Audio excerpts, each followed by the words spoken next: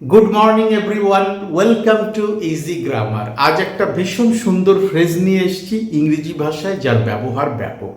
বিশেষ ধরনের বাক্য যা আমরা প্রায় রোজই বলি, সেই বাক্যগুলো বলতে গেলে কিন্তু এই ফ্রেজের ব্যবহারটা জেনে নিতে হবে।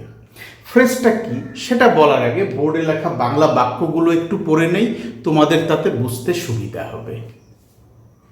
পদোন্নতি পেতে আমায় প্রচুর বাধা বিপত্তির সম্মুখীন হতে হয়েছিল। লক্ষ্য পূরণ করার জন্য সে নানান অসুবিধার মুখোমুখি হচ্ছে। অনেক বাধা বিঘ্ন পেরিয়ে অবশেষে সে এখানে এসেছে।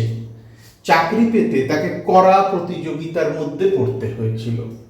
তো এই যে চারটে বাংলা বাক্য আমি পড়লাম এবং বাক্যের যে অংশগুলো আন্ডারলাইন করা আছে, তাতে কিন্তু একটা ব্যাপার পরিষ্কার বোঝা যাচ্ছে যে লক্ষ্যে পৌঁছতে বা কিছু পেতে বা কিছু অর্জন করতে মানুষকে কড়া প্রতিযোগিতা বা নানান অসুবিধা অথবা বিভিন্ন বাধা বিপত্তির সম্মুখীন হতে হচ্ছে।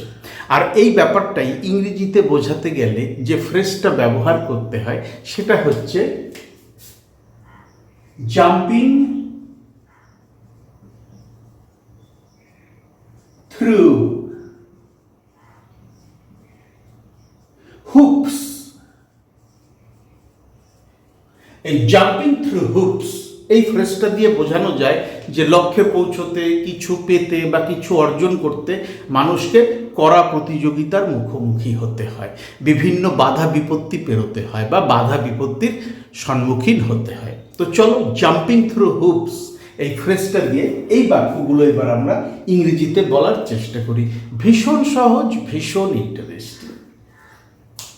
পদোন্নতি পেতে, পদোন্নতি মানে প্রমোশন, ইংরেজিতে বলে যাকে প্রমোশন। পদোন্নতি পেতে আমায় প্রচুর বাধা বিপত্তির সম্মুখীন হতে হয়েছিল। পদোন্নতি পেতে,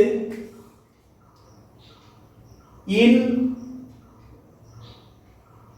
order to get the promotion,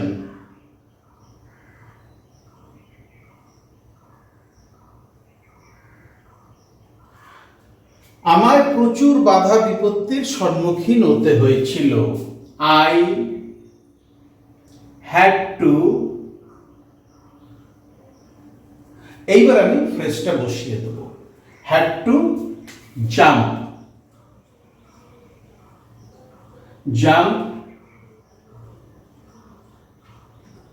through hoops।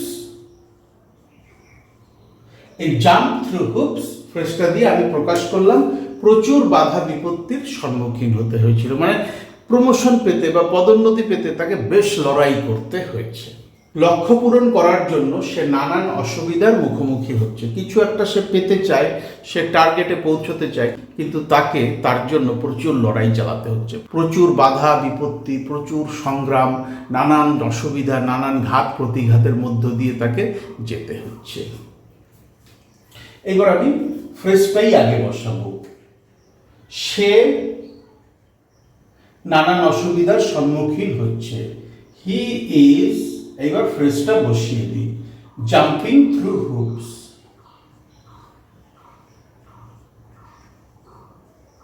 Jumping through hoops. কেন হচ্ছে সে নানান অসুবিধার মুখোমুখি? লক্ষ্য পূরণ করার জন্য। To achieve the target, he is jumping through hoops to achieve the target। লক্ষ্য পূরণ করার জন্য সে নানান অসুবিধার মুখোমুখি হচ্ছে। অনেক বাধা বিঘ্ন পেরিয়ে অবশেষে সে এখানে এসেছে। এখানে আসতে তাকে অনেক বাধা বিঘ্ন পার হতে হয়েছে, মানে সহজে সে এখানে আসতে পারেনি। এখানে যে আশাটা তার, সেটা সম্পূর্ণ করতে তাকে বেশ লড়াই চালাতে হয়েছে, তাকে প্রচুর ঘাত প্রতিঘাতের মধ্য দিয়ে আসতে হচ্ছে, প্রচুর বাধা বিঘ্ন পেরোতে হয়েছে। তো চলো এটাও আমরা জাম্পিং থ্রু হুপস ফ্রেজটা দিয়েই লিখব। অনেক বাধা বিঘ্ন পেরিয়ে, আপন দিয়ে শুরু করি, আপন, এইবার ফ্রেজটা বসিয়ে দেব। জাম্পিং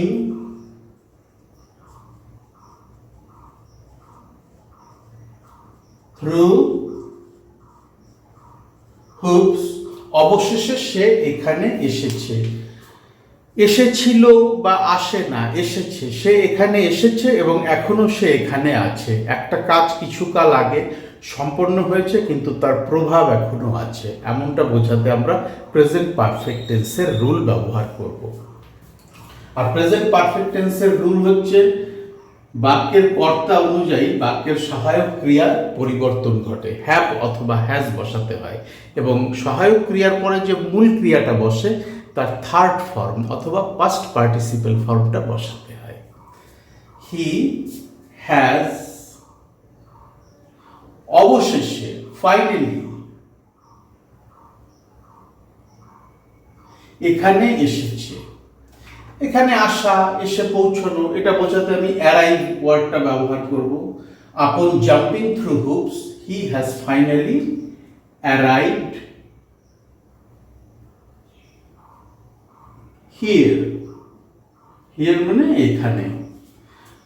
আপন jumping through hoops he has finally arrived here. অনেক বাধা বিঘ্ন পেরিয়ে অবশেষে সে এখানে এসেছে। চাকরি পেতে তাকে কড়া প্রতিযোগিতার মধ্যে পড়তে হয়েছিল, প্রথম সেন্টেন্সটার মতোই। চাকরি পেতে, in order to get the job, তাকে কড়া প্রতিযোগিতার মধ্যে পড়তে হয়েছিল। He had to, এবার আমি ফ্রেজটা বসিয়ে দেব। He had to jump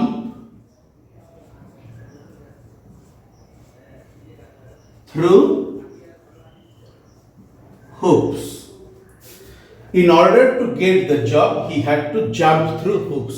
চাকরিটা পেতে বা চাকরি পেতে তাকে কড়া প্রতিযোগিতার মধ্যে পড়তে হয়েছিল।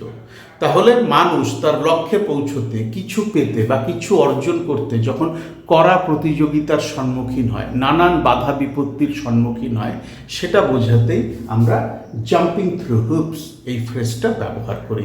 ভীষণ সহজ একটা ফ্রেজ, দরকার হলে বোর্ডের একটা স্ক্রিনশট নিয়ে রাখো, নিজেদের মধ্যে প্র্যাকটিস করার সময় এই স্ক্রিনশটটা কিন্তু কাজে লাগবে, এটাকেই রেফারেন্স হিসাবে ব্যবহার করতে পারবে। যত প্র্যাকটিস করবে এই ফ্রেজের ব্যবহার তত সহজ হয়ে যাবে এবং তত সঠিকভাবে তোমরা বাক্যে এই ফ্রেজগুলো বসাতে পারবে। তোমাদের ইংরেজি হবে ভীষণ সুন্দর। কোথাও যদি আটকে যায়, বুঝতে অসুবিধা হয়, আমার ভিডিওর কমেন্ট সেকশনে লিখে জানাও। ডেসক্রিপশন বক্সে আমার ইমেল অ্যাড্রেস দেওয়া আছে, চাইলে সেখানেও যোগাযোগ করতে পারো। Thank you so much for your time and attention and have a nice day.